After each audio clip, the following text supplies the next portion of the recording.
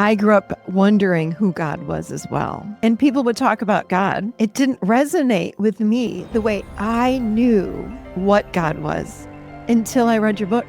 So then I want to ask you a question. Who or what is God? How would you define that question? I think the answer is really who or what is not God. Yeah. I was told that God is everything that ever was, is now, and ever will be. Everything physical, everything non-physical, everything that has ever been experienced, expressed. God is all that is, the all in all. It's such a beautiful book. And again, it was so comforting to read it. And I remember thinking, this is truth.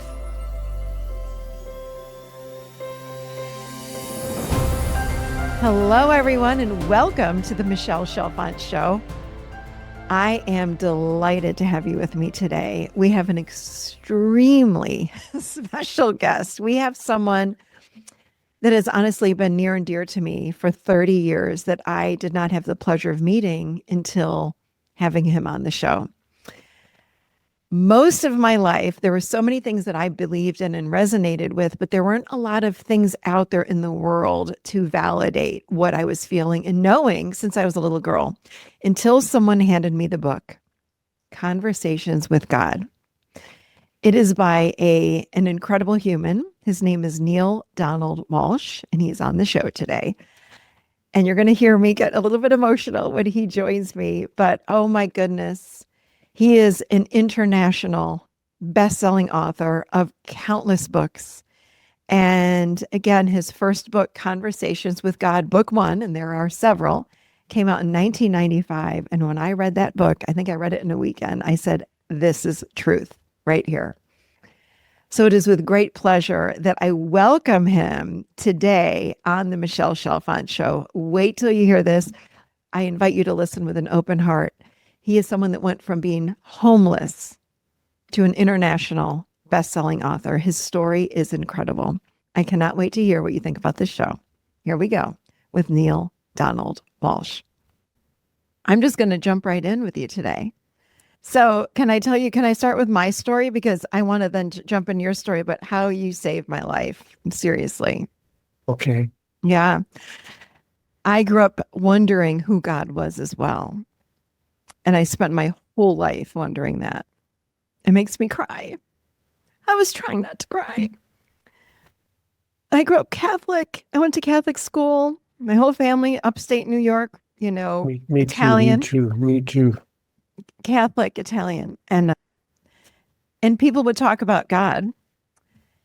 And it didn't resonate with me the way I knew since I was born what God was. Inside of you, yeah. I knew it. I knew it until I read your book. I'm not even exaggerating. I remember thank God, one of my mom's friends gave me Many Lives, Many Masters. That was the first book that came. And the second book she handed me was your book. In 1995, was that Conversations with God, book one? Yes.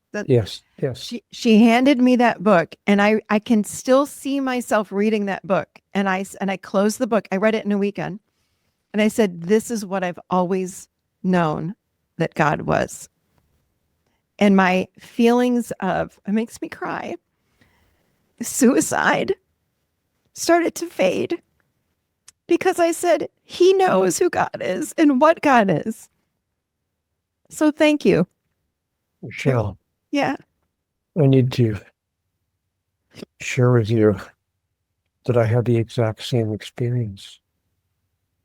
I mean, I had the exact same experience. I too was contemplating ending my life because I didn't understand, what is going on this planet. I don't understand. How can people behave the way they're behaving, and how can we hold an idea of a higher power that we hold? And I don't understand it. Am I from Mars or some other planet? What's going on? And I wanted to just leave. And then I had my Conversation with God experience, which honestly, I experienced it the way you experienced it. I didn't experience it as something I was writing. I experienced it as something I was reading. Mm-hmm. It's just that it was coming through to me one paragraph at a time, but I was reading it as it was coming through, and I was like, oh my God, this is what I've always believed. And then I finally, at one point, I forgot where in which book I said it, but at one point I did say to God, this is almost too good to be true. It's too good to be true. And I remember God said to me, sweetheart, if God can't be too good to be true, who can? So I finally had to either embrace it and accept it as the truth, even though it was too good to be true, or let it all go. And I wasn't willing to let it all go because for the first time in my life, I got to tell you something. I'm sorry, this isn't, Yeah. this is supposed to be all about me, but I got to tell you a little story. Please. No, please. Not only was I raised Roman Catholic, but because I have a penis and you don't, I was invited to become a priest. People that are not male cannot be priests because God, according to the Catholic Church, God says, no, you don't understand. Only men can be priests in my church. But fortunately, I was born with that particular apparatus between my legs. Mm-hmm.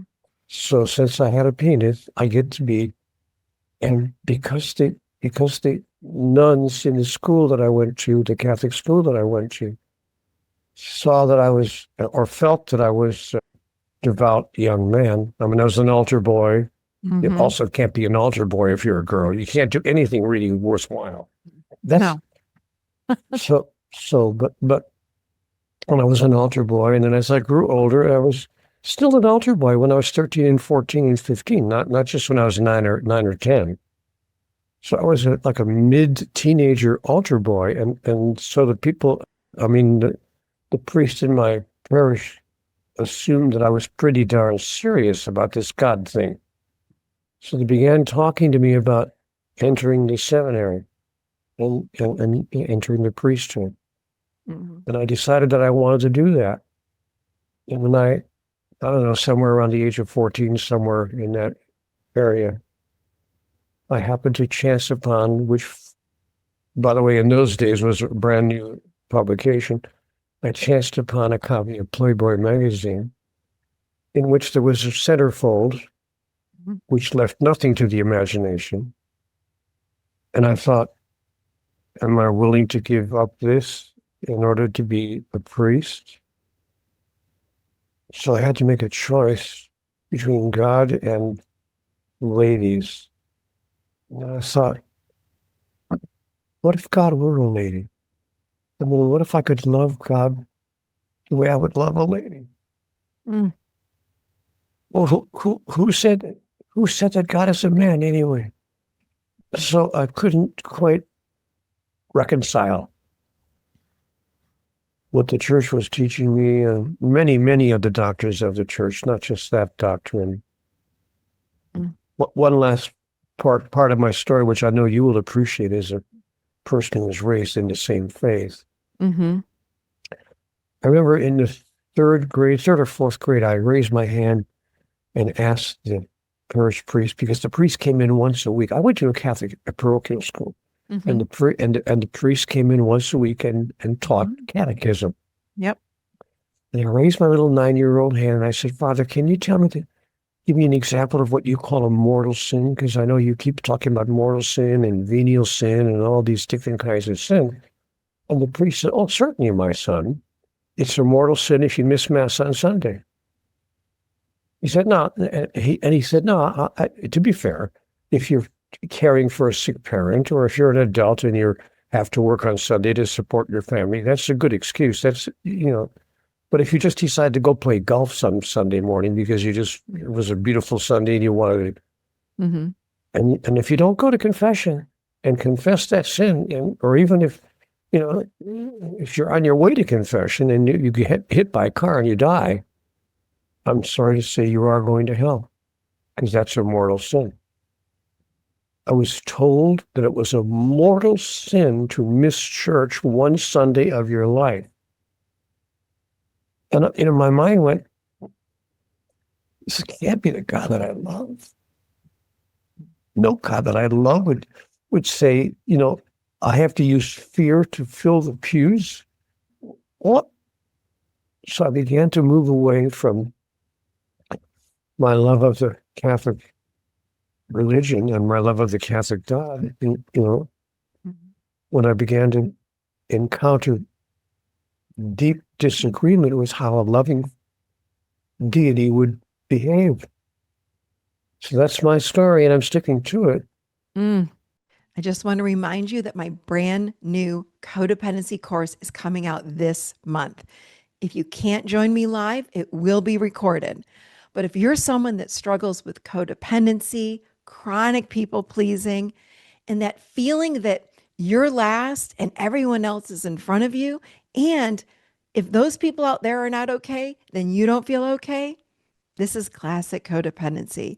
You're going to want to check out this course. And let me tell you what, I get it. And I have been able to transform my own codependency, and I want to teach you how to transform yours.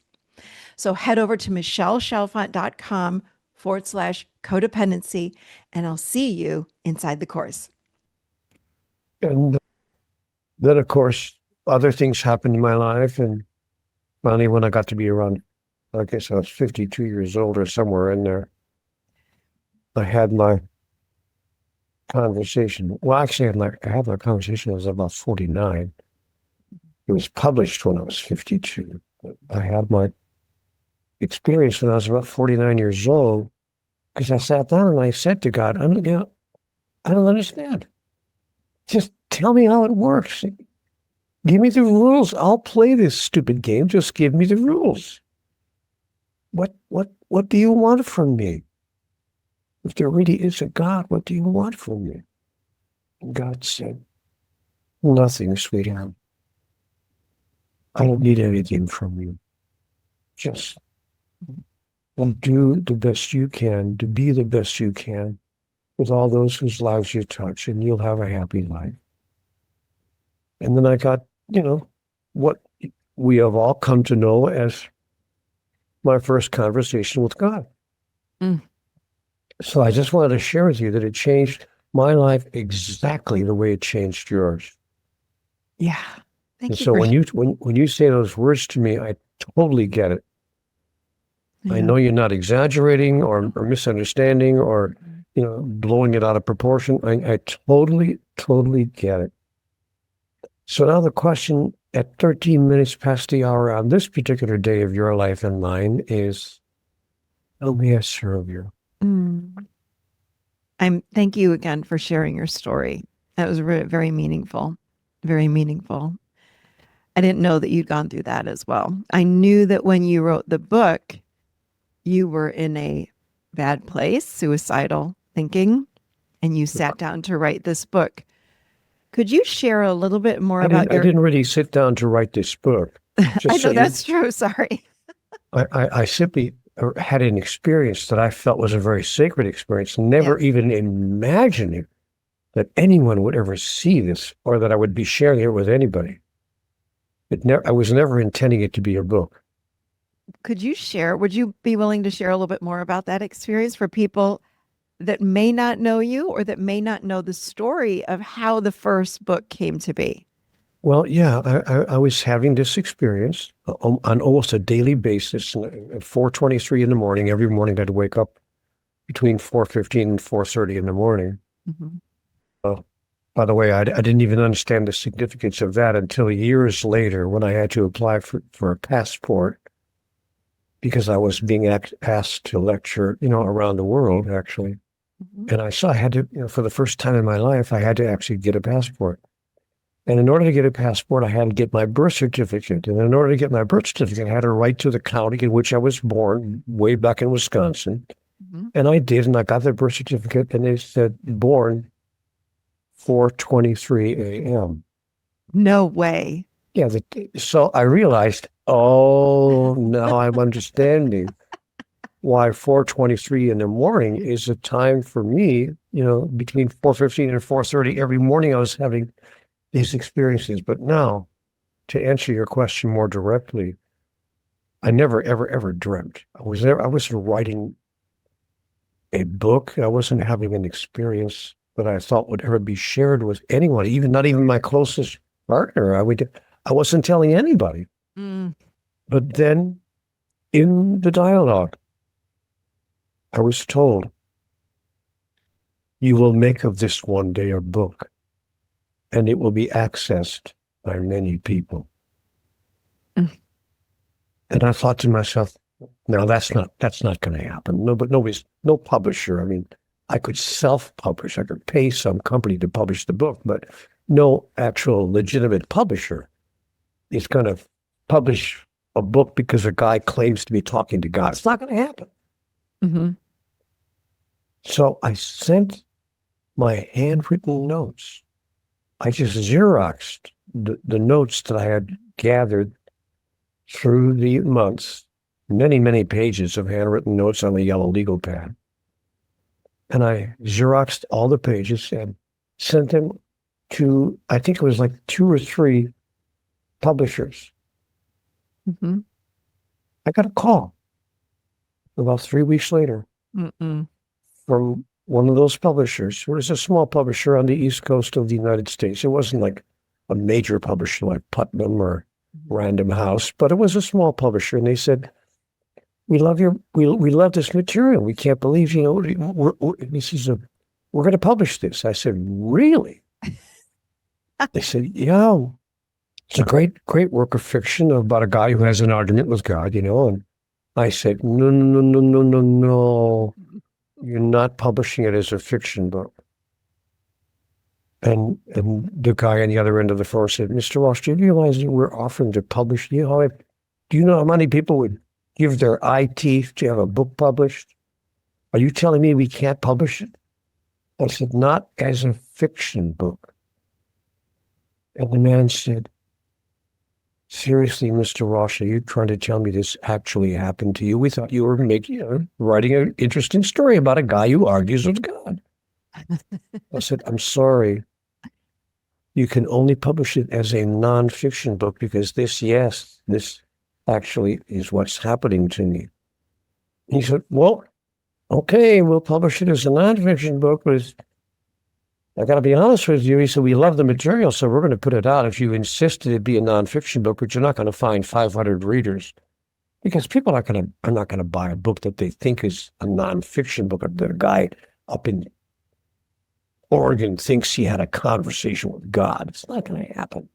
You might find 500 readers. And he was right.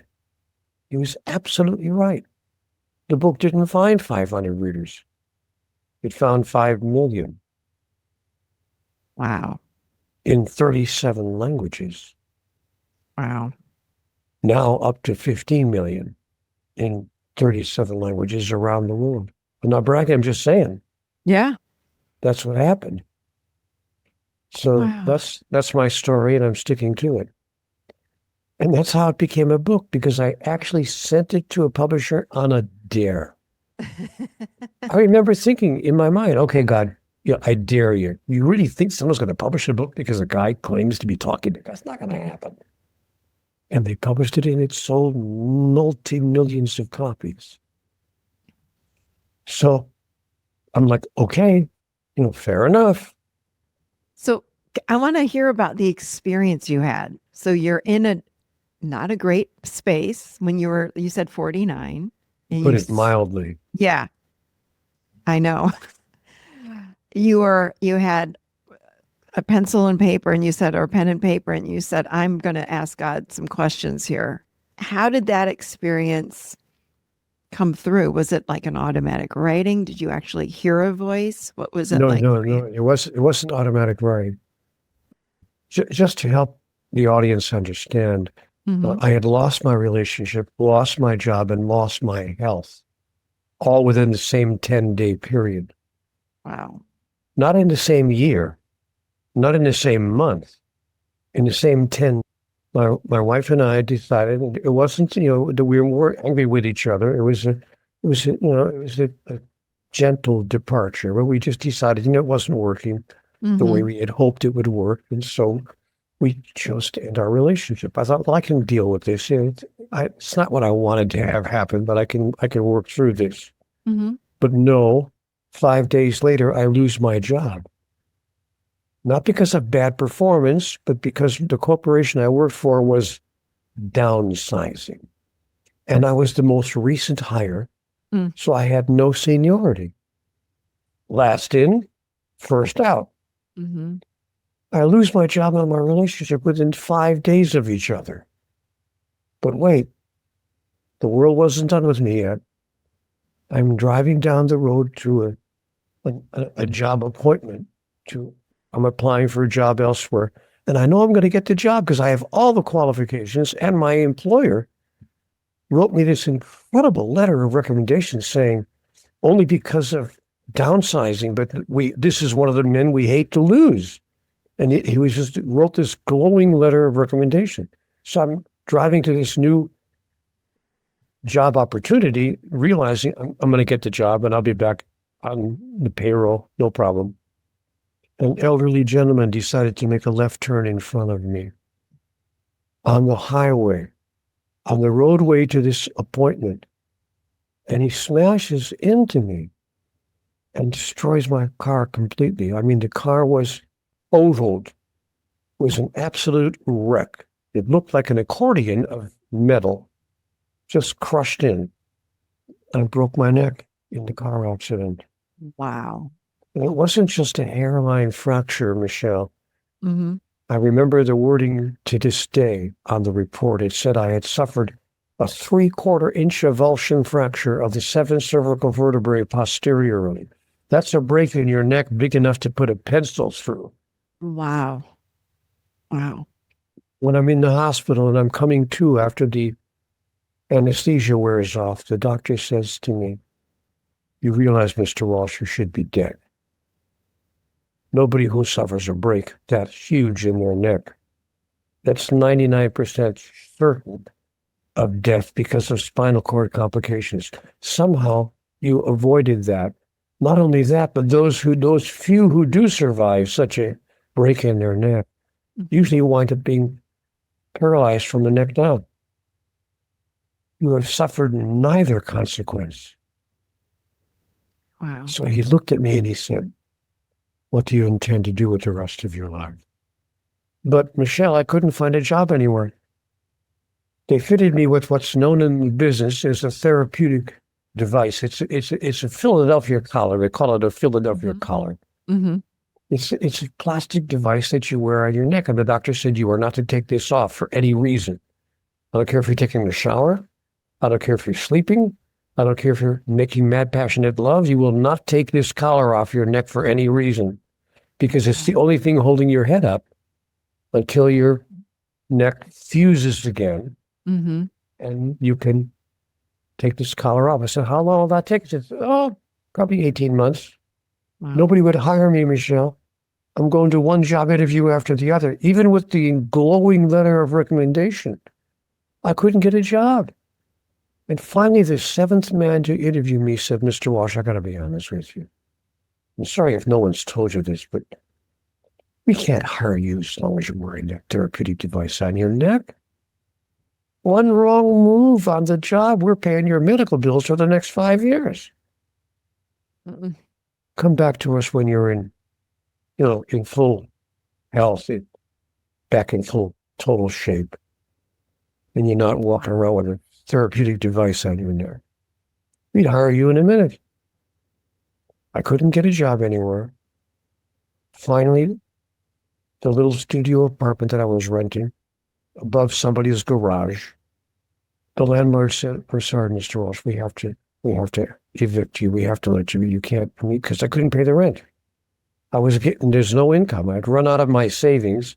Wow. I didn't have like 80 grand in the bank. Mm-hmm. I had a couple of thousand in the bank, but not a lot. So I managed to get through 3 or 4 months, but finally I couldn't afford to pay the rent. I couldn't even buy groceries. I wound up being evicted. I couldn't call my former wife and ask her to take me back in.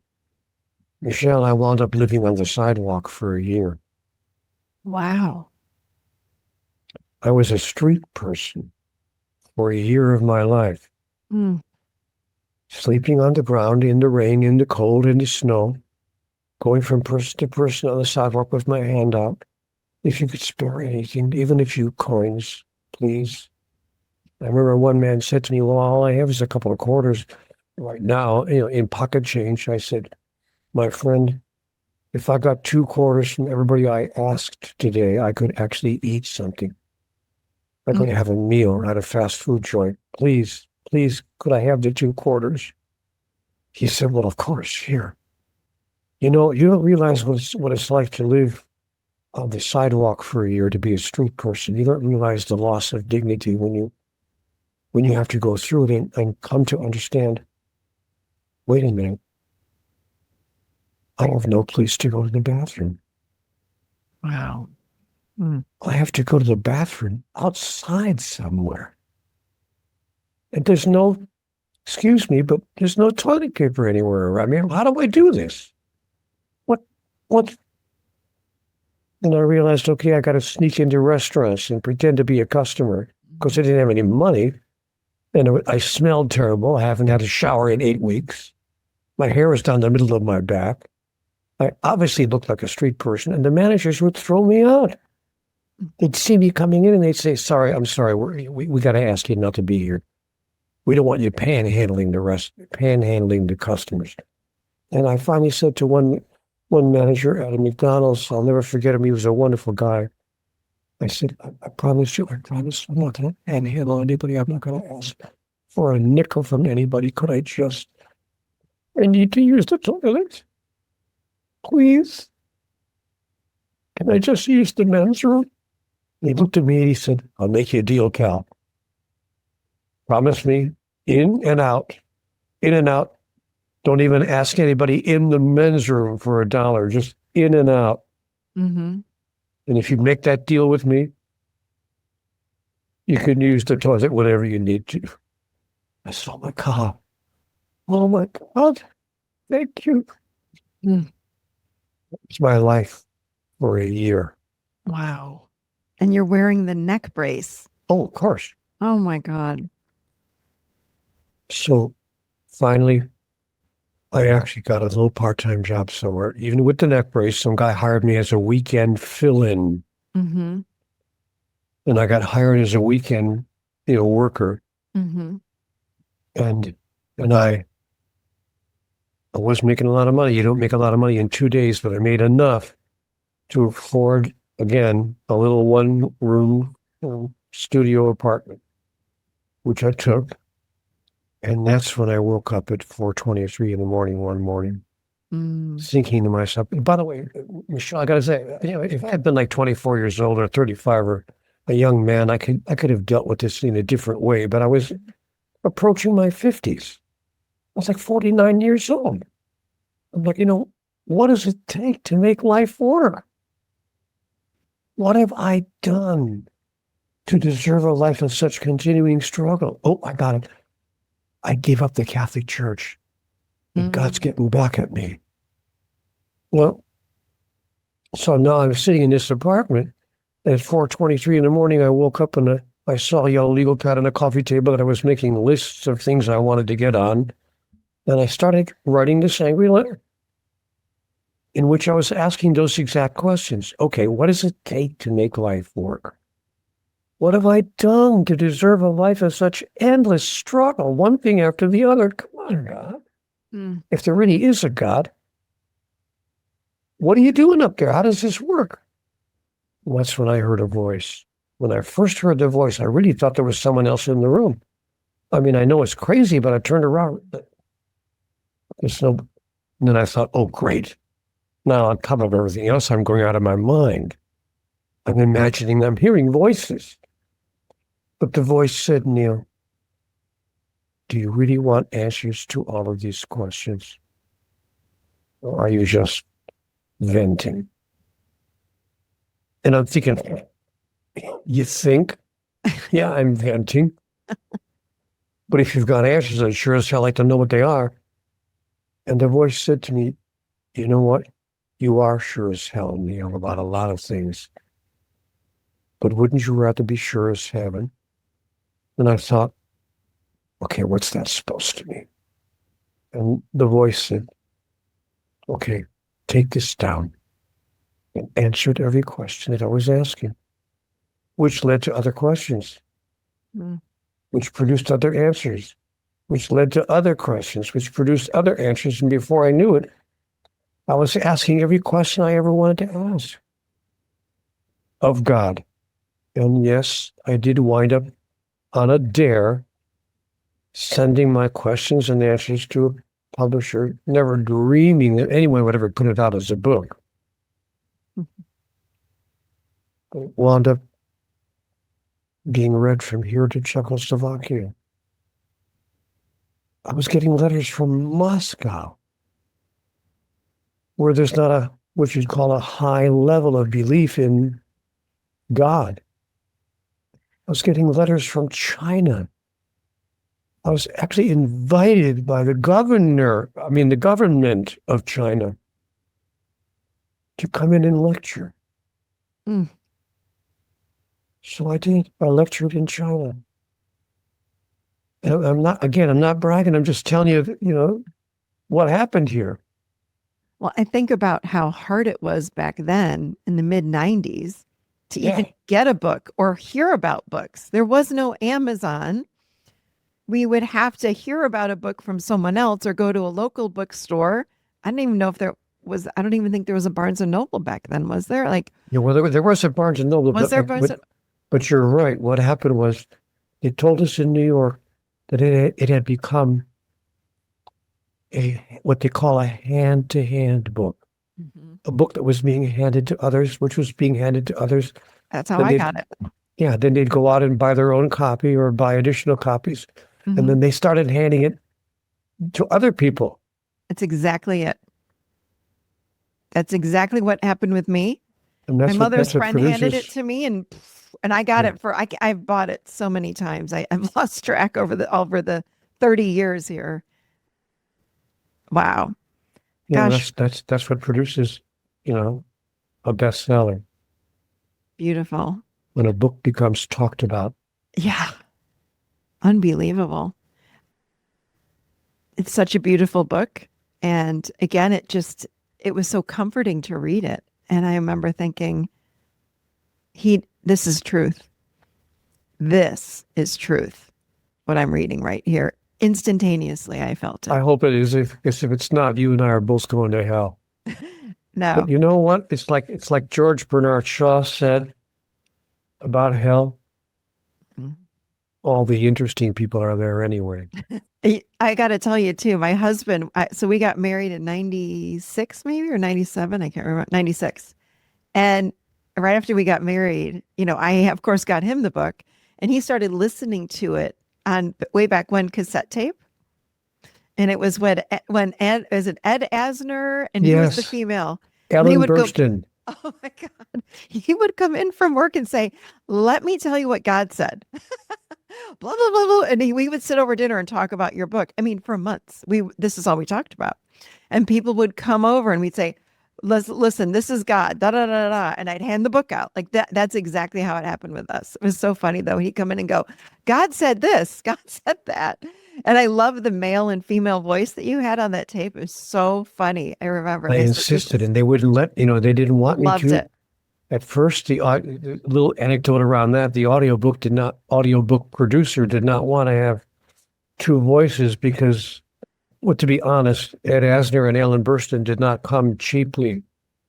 I'm sure. At that point, Ed Asner was extremely popular from the Mary Tyler Moore Show, and wildly popular, and Ellen Burstyn was getting lead roles everywhere.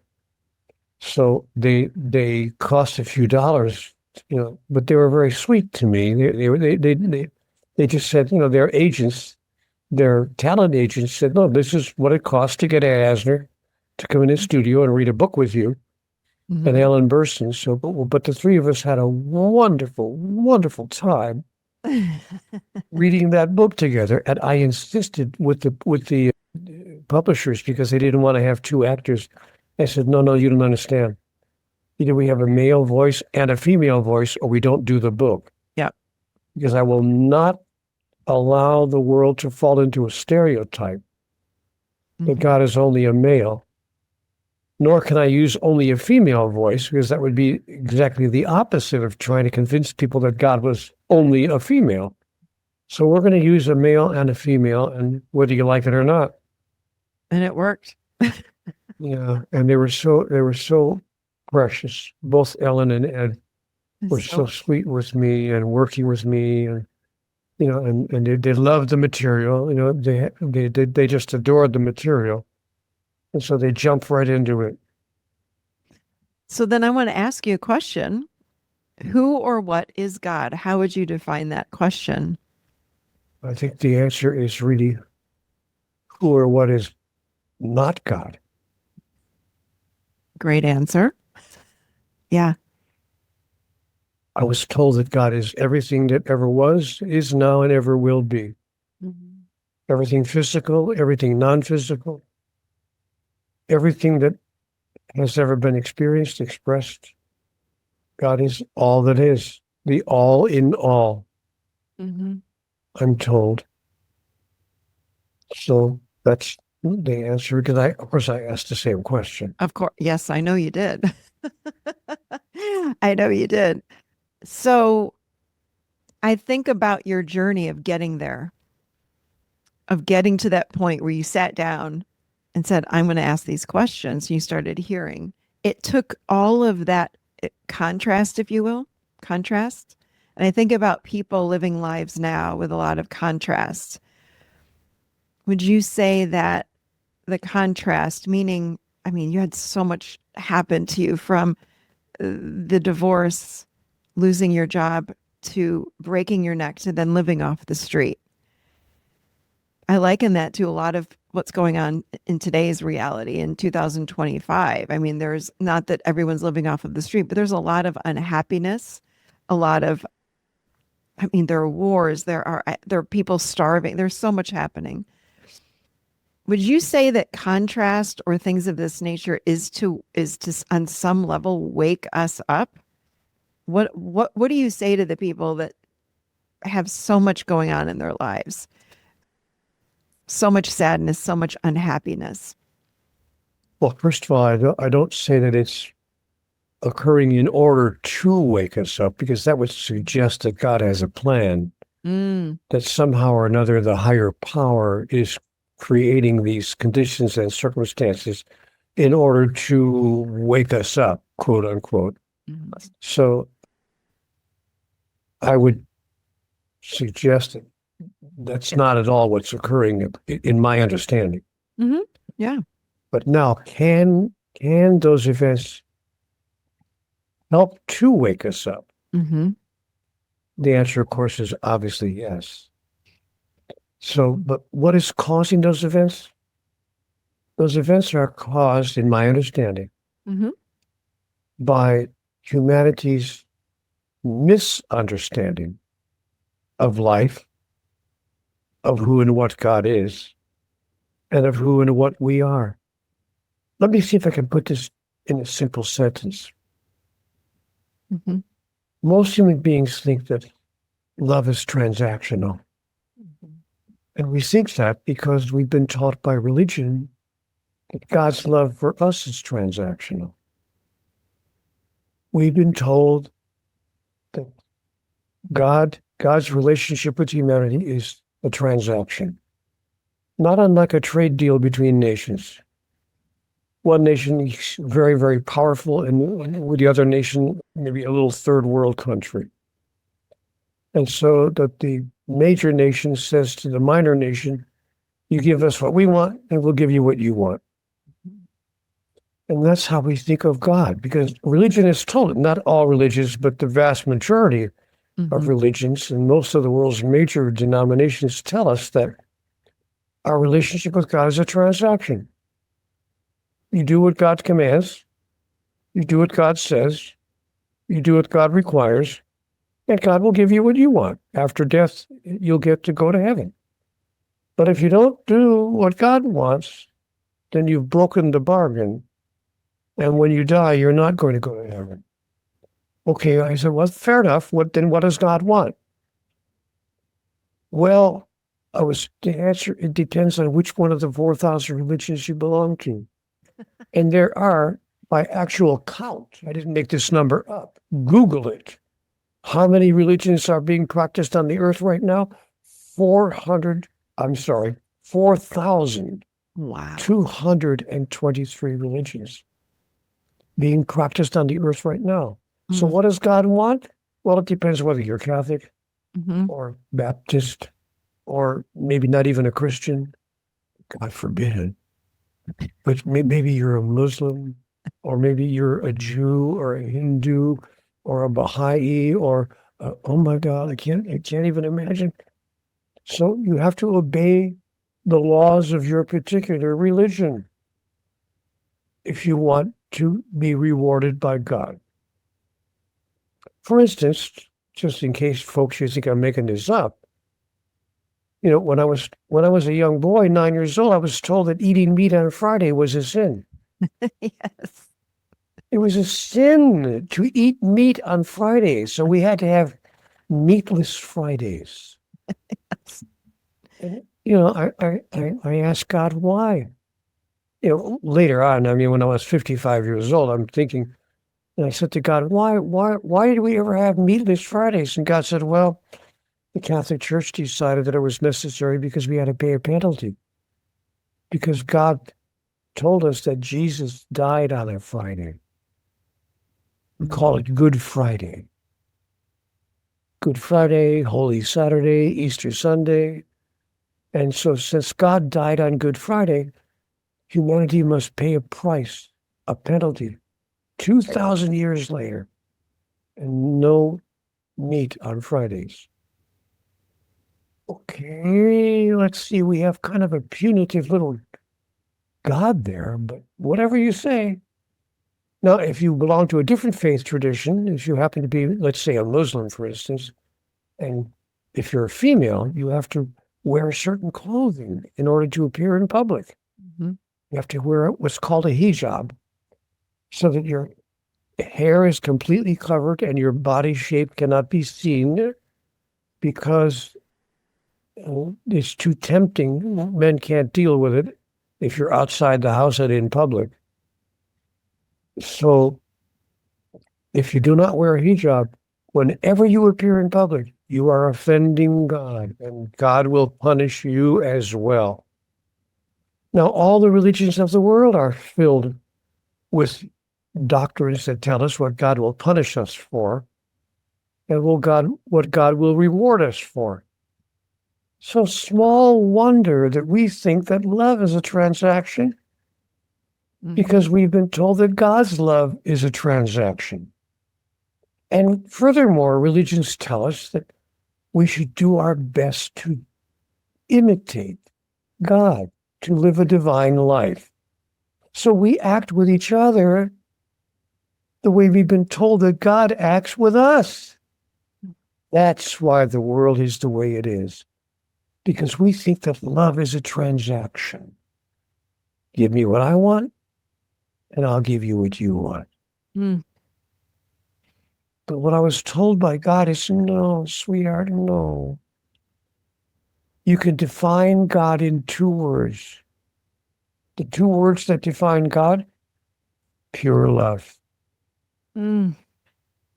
Pure love. Now, somebody, when I say this in front of an audience, some guy in the back of the room inevitably gets up and says, oh, Mr. Walsh, come on.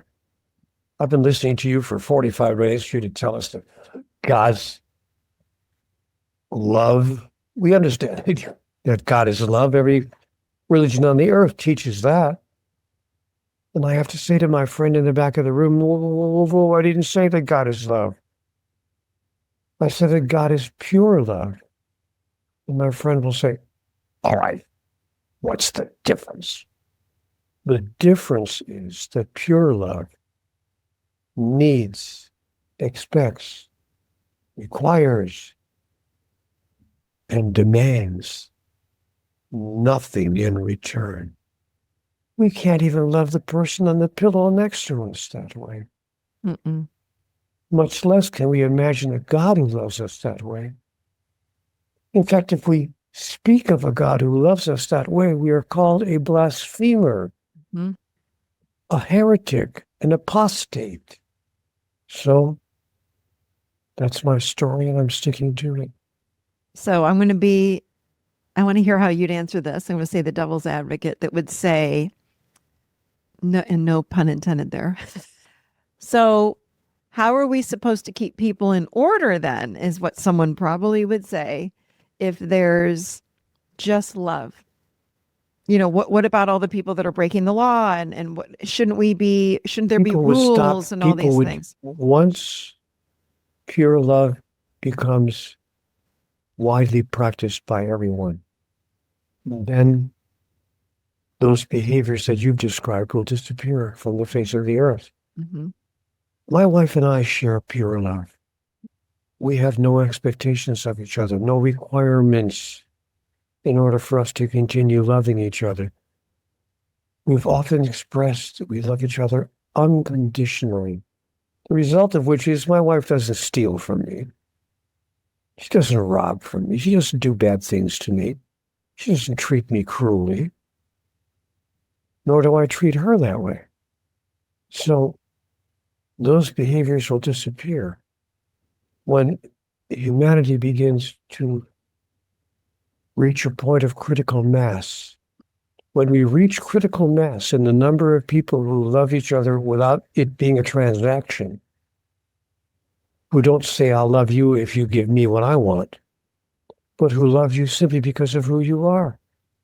Because I simply see you as who you really are. There was a wonderful movie out a couple of years ago called Avatar. Yeah. Oh gosh, yes. Yes, I know. Well, Avatar was a glorious love story. I don't know whether you remember it or not, but Oh, I do. yes, but I don't know whether you remember this specific thing. Mm. But even though it was a wonderful love story, at no point in the entire movie were the words, I love you, ever spoken. Oh, I did not know. No. Quite deliberately, the script was written that way. The lovers never, ever said, I love you to each other. You know what they said? What? I see you. Oh, wow. I see you.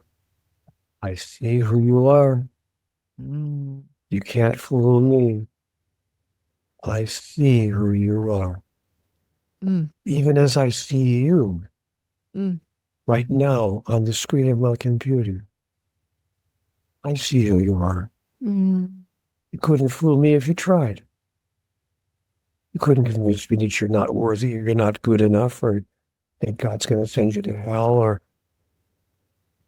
that you're not lovable. I bet if I talked to 10 people who know you well, they would say, oh, Michelle, she's one of the compassionate people. She's one of the wonderful people.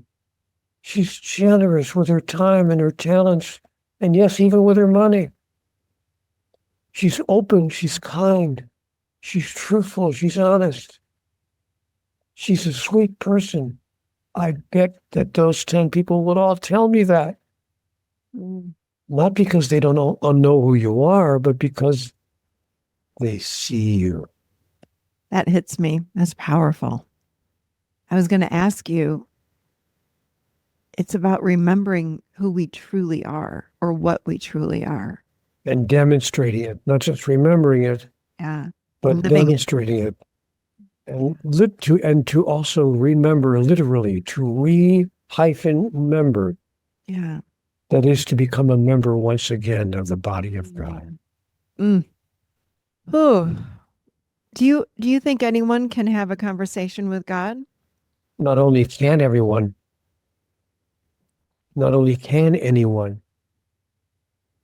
everyone is. We're simply calling it something else. We call it, an epiphany or a psychic hit A download. or a sudden Download. insight Yeah. or women's intuition, Yeah. or serendipity. But God is talking to us all the time. We're simply calling it something else. Mhm.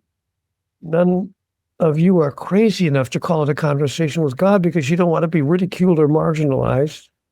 Mm-hmm. You want to see what it's like to be marginalized or ridiculed? Write a book one day called Conversations with God. That's so true. So true. So true. May I bring up? I know we're almost at the end of our time. I want to just get a quick, I want to understand God talk, but I want to share with everybody one more book that has also changed my life. And when I was an in-person therapist, and even on this show, my podcast and elsewhere, I talk a lot about this book. Yeah. Oh It's a my God. sweet little book that just came through to me.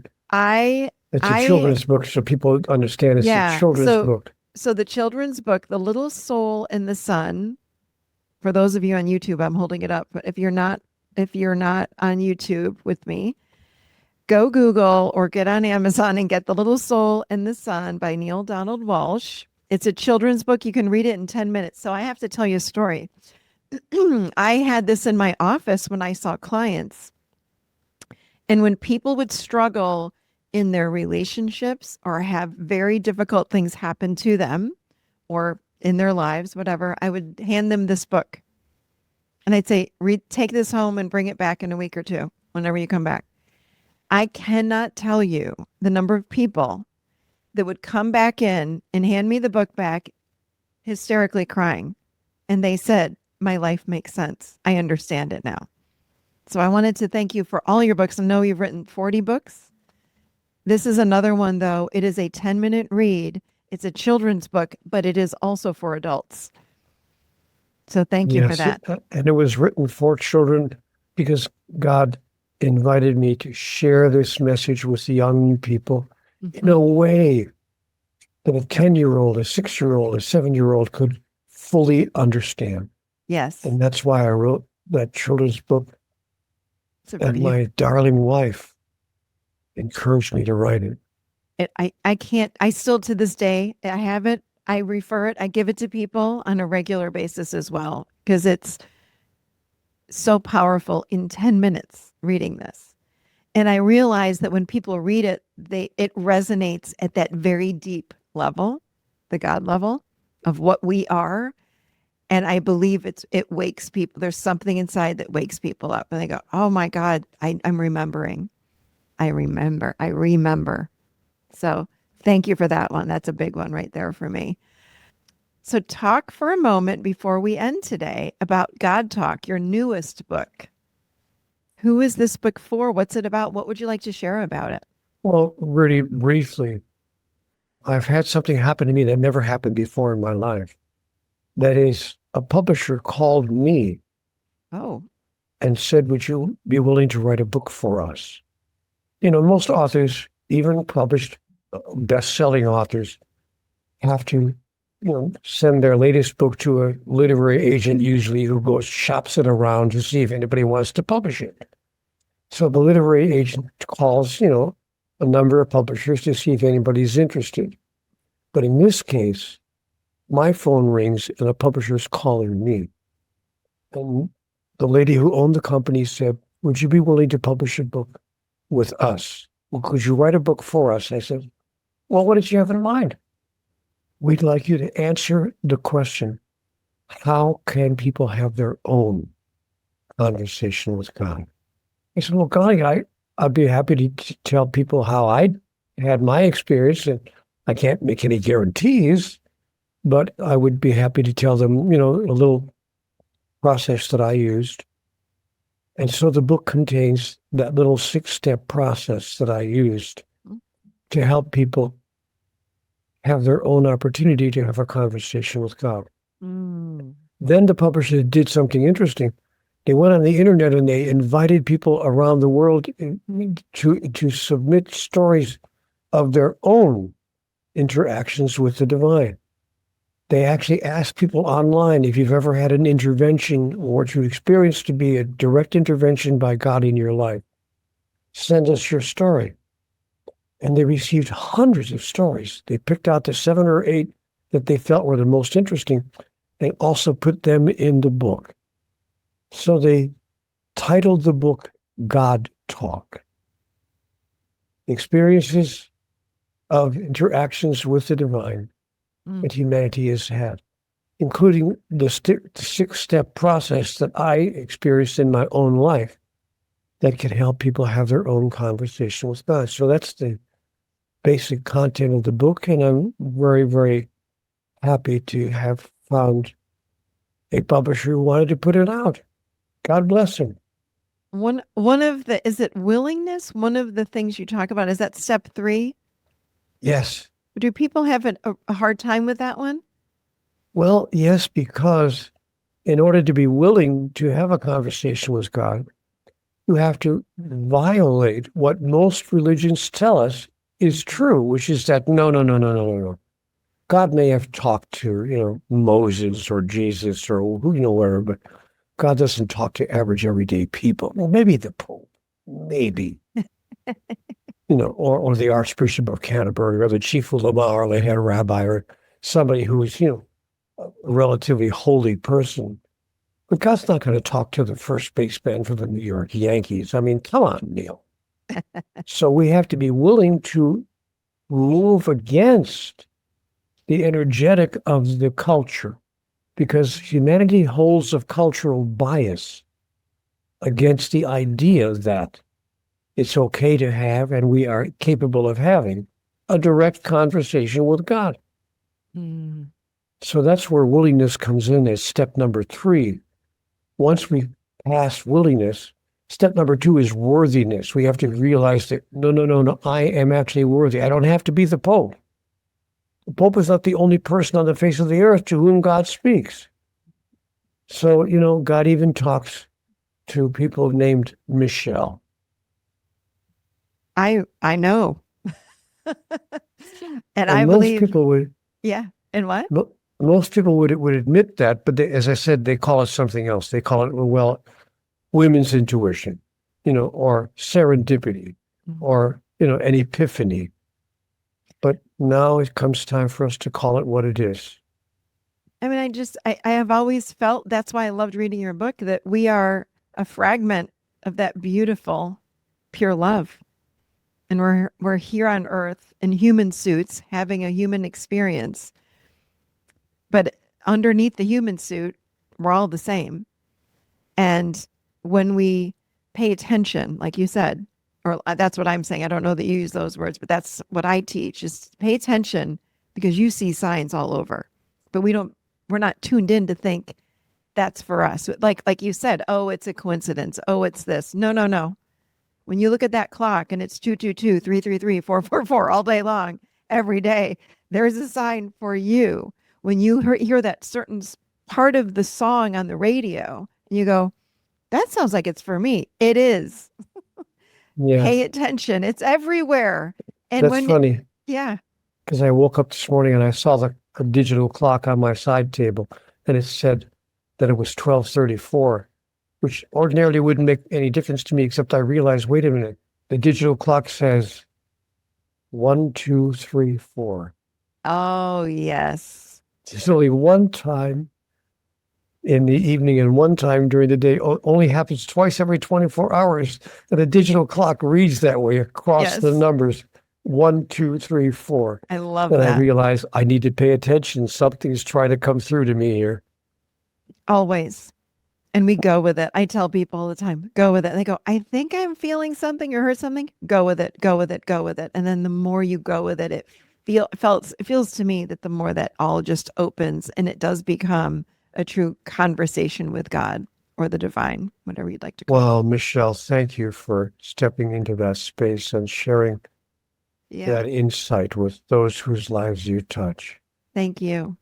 I appreciate you so much for being with me today. Honestly, I was just thinking as you were talking to me before, I thought, gosh, more than anyone on the planet, I would have wanted to have you on the show. I feel like I can end the show now. Like I'm done. More than any movie star, anyone out there, really, truly, you're one of my favorite people out there. So thank you. Thanks so much for being with us today. That's a very sweet thing to say. God bless you for putting out there in the world some ideas that could change humanity. Thank you.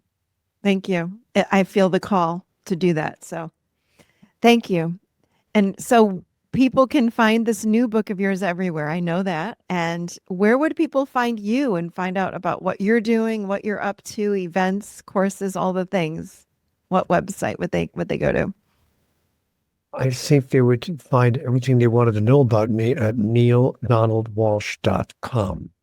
Okay. We'll add that to the show notes, of course.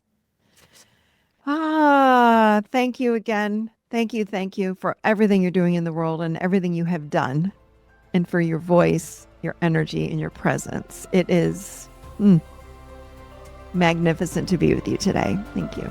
Thank you, Michelle. Lovely to be here with you as well. And I thank you in return. Thank you.